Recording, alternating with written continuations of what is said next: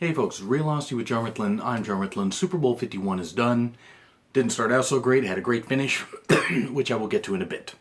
I'm going to admit this is not going to be a scathing rant like my Super Bowl 50 rant was, because I felt that was a bit of a fixed game. But also, I did not like the halftime show. I thought Beyonce shit on the police when she shouldn't have, and that was really uncalled for. Not that this halftime show was all that great, but at least there wasn't any police hatred. That was unjustified, by the way. At least from Beyonce. But anyway, political stuff, good stuff with Johnny Cash audio playing over a whole bunch of stuff like, from America and everything, and showing unity. That was cool. I like that. Video package of black players, easy for me to say, that have both passed on and are still with us. from historically black colleges and universities. That was a really cool moment, not just for Black History Month, but for the great black players that have been in the league for numerous years. They're getting some more recognition like they deserve. Some that were forgotten names, so that was cool. Ving Rhames needs to narrate anything that Morgan Freeman doesn't. I forget exactly who said that, but thank you. Thank you for saying that. Should you ever watch this, thank you very much, because that was an awesome tweet. I did not catch the names of the three women who sang America the Beautiful. I apologize. They did well, though. They were talented women anyway. And there was no kneeling during the national anthem because they're not cowards like Kaepernick is. And Luke Bryan, he was okay. I mean, he wasn't great. And by the way, I do want to apologize if I'm clearing my throat a bit. And if I sound a bit off, allergies.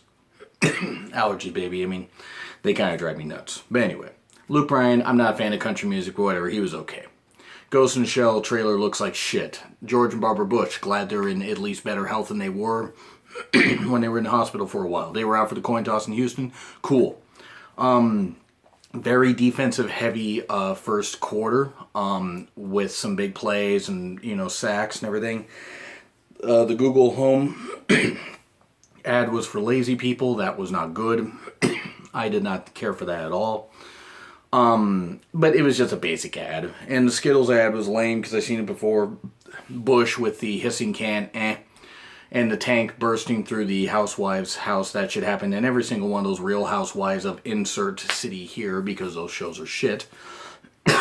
Pirates of the Caribbean 5, why? Why do we have this? That movie looks like shit. Cam and a Buick ad helping a Pee Wee football team win a game and possibly a championship. Probably the only championship he's going to win in the pros, because he acts like a little bitch every time he gets hit. The Falcons got the fumble and they were starting to roll. They were doing really well. They were up 21-0 by the end of the first half, after no points were scored in the first quarter. Bieber in the T-Mobile commercial. I hate Bieber. He's a hack. Celebrity yearbook ad was okay. It was basic for what it was. Transformers, I think 15 now is what they're up to. I think it's actually 6, but no, I don't want another Transformers movie. Actually, it might be Transformers 5. But anyway, the Bradshaw stain with the trending, that's exactly how Twitter works. The ads were really lame. There were a few dumb penalties by Atlanta, but Atlanta persevered and they did well. They did well in the first half. It was looking really good. Fate and the Furious. That is shit, by the way. Fate and the Furious. I'm done with the Fast and Furious movies. They're absolute garbage. 21-3 at the half. Atlanta is rolling. Halftime show. Don't know what the hell Gaga was wearing. She did not look good in it. I'm not a Lady Gaga fan. By any stretch of the imagination. I recognize she is a trained opera singer. She has the ability to sing, but she auto-tunes a lot. She provided entertainment and less of a political statement, but I did not care for Gaga at all. Why was she in less clothes as it went along? Sorry, Gaga, you're not sexy. And I'll stand by that. You guys can be fans of her all you want. I do not think Lady Gaga is sexy. I don't think she's a terrible person by any stretch of the imagination. I'm not a fan of her, but her singing just was not good. It was a fairly painless halftime show, though. One that went by, it was kind of like candy, where you're not really going to remember the flavor of it, by the end. By 5, 6 minutes later, I already forgot about it. I already forgot half the songs she performed. Katie Nolan, though, she looks good, so hey, cool. You know, it was nice to get a little shot of her. Third quarter is where things were picking up for a bit, but then Atlanta just kept stopping them. Like you got a quick stop by the Patriots to start off, but the Patriots offense looked really weak for the first three quarters. It was not all that good. I did not care for the Melissa McCarthy car ad. I'm not a fan of her. I mean, she did well with the spoof on SNL. But I want to take a moment here to say, by the way, I wasn't going to make it too much of a scathing rant, but they showed a little clip of, or they showed a shot of Mike Pence in the balcony or whatever. Fuck you, Mike Pence. You're a rotten piece of dog shit. Like everybody in that goddamn Trump administration. Fuck you, Mike Pence. I actually wish that somebody would have hit you while you were up there in the balcony. That one of those people on either side of you would have just popped you in the face. Because that's what you deserve. Somebody that believes that gay therapy, you know, gay conversion therapy, shock therapy will work to fix gay people because your precious, stupid, fucking Bible told you. Fuck you, Mike Pence. You are rotten. You are absolutely rotten. My God, Mike Pence is worse than Trump. Trump's an idiot. Mike Pence is the goddamn devil. And I am embarrassed that he has any kind of power in this country. It is flat out embarrassing. I don't often like to get political here, but Mike Pence is a rotten piece of shit. And I am glad, you know, knowing that hopefully, I just pray he will, and I'm not a praying man. I pray to the gods that he will never be able to be president because we are doomed. We're doomed with Trump as our president. We are more doomed if Pence is there. So fuck you, Mike Pence. Believing that gay people, you know, and that women and all this stuff are, you know, that they're beneath you. No, Pence, you're beneath all of us because you're a fucking piece of shit. Religious idiots like you are morons and are why I can't stand people that worship the damn Bible. And there are cool people that worship the damn Bible. But Mike Pence is an idiot because he twists the meaning of the Bible to support his insane beliefs because he's a brainless, spineless coward. Because that's what he is. So fuck you, Mike Pence. Moving on from the game now. By the way, I'm pissed. So that was for a bunch of you. And if any of you got a goddamn problem with the fact that I said that about Pence or I said that about stuff in the Bible, guess what? My Twitter link's in the description. And you can all type and tweet at me or whatever. And I'll get right on not giving a shit because the Bible's a fucking fake piece of crap. Especially in you know, when used like Mike Pence is using it. There's plenty of good influence that the Bible can have, and if it sets people straight, that's fantastic. But in the hands of somebody like Pence, it is ridiculous. Now, that's the end of that rant. Let's get on to the rest of the game. Patriots still seemed off. And then I said Brady's starting to look like a 39-year-old man, and then he goes on that big run. My God, that was insane. And then just 28-9, and Atlanta held him to a field goal. The Baywatch movie looks terrible. The Verizon S&M stuff, you know, for T-Mobile, the T-Mobile stuff, where we talked about Verizon, like, you know, and making Verizon seem like they were in S&M. No, that was horrible. Defense woke up, and it was looking pretty good for Atlanta. Lame ads. The Patriots got stopped.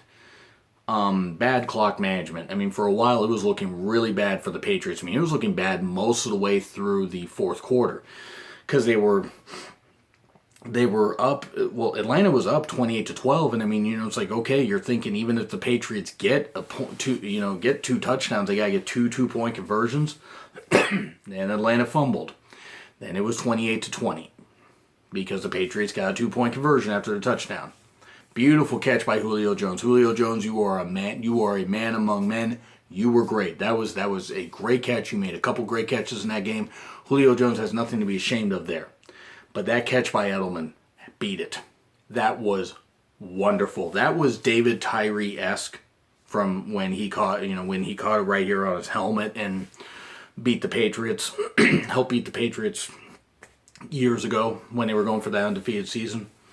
But then that led to the Patriots tying it up. Now, we had never had a overtime game in Super Bowl history. And we got it.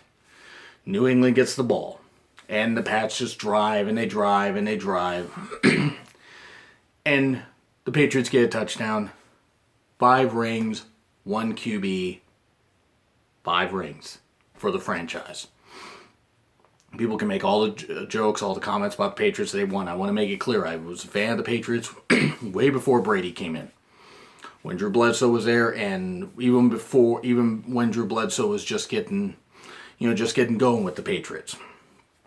I hung with them through a lot of dark years, and they've done well since. One could argue that Brady should have 7 rings, but Eli Manning had his number in those 2, and the Giants did. The Giants in general. But 35-28, well 34-28 technically, since they only needed the touchdown. And the Patriots are your Super Bowl 51 champions. And I gotta say that it was a great defensive game for the first couple quarters, even in the third quarter. And there was some sloppy play on both sides of the offense, but Atlanta was rolling pretty good.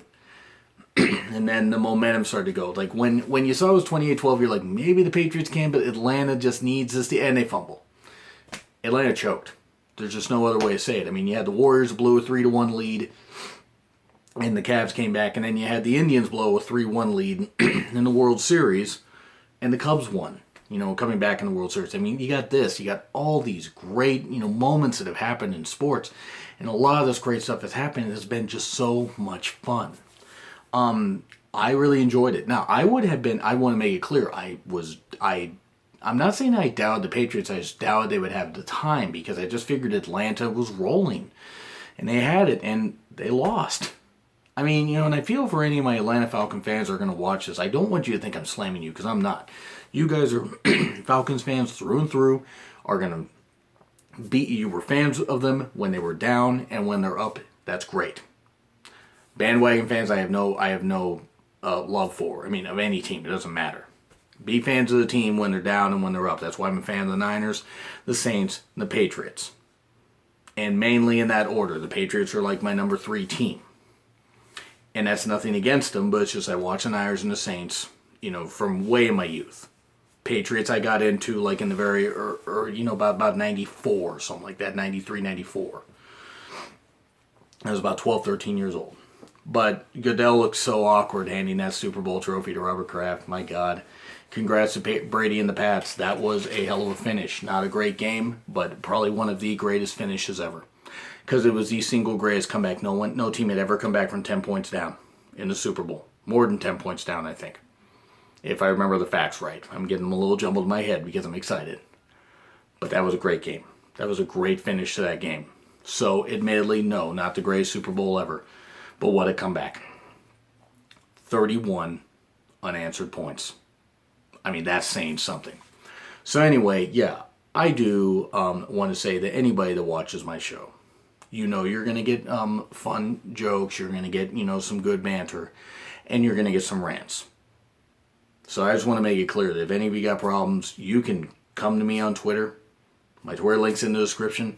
You can leave comments here, but I'm going to make this clear.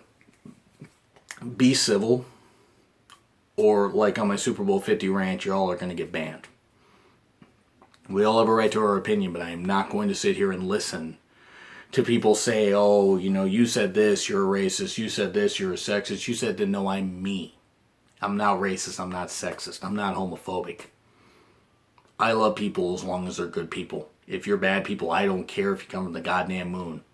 I will not put up with your shit. Because I don't pick people to put up with my shit. If you have a problem and want to frankly discuss it, feel free. Anyway, I don't want to make this go on too long. Again, my Twitter link is in the description. Like, share, subscribe. Also, it's been Real Honesty with John Ritlin. I'm John Ritlin, and we'll see you next season.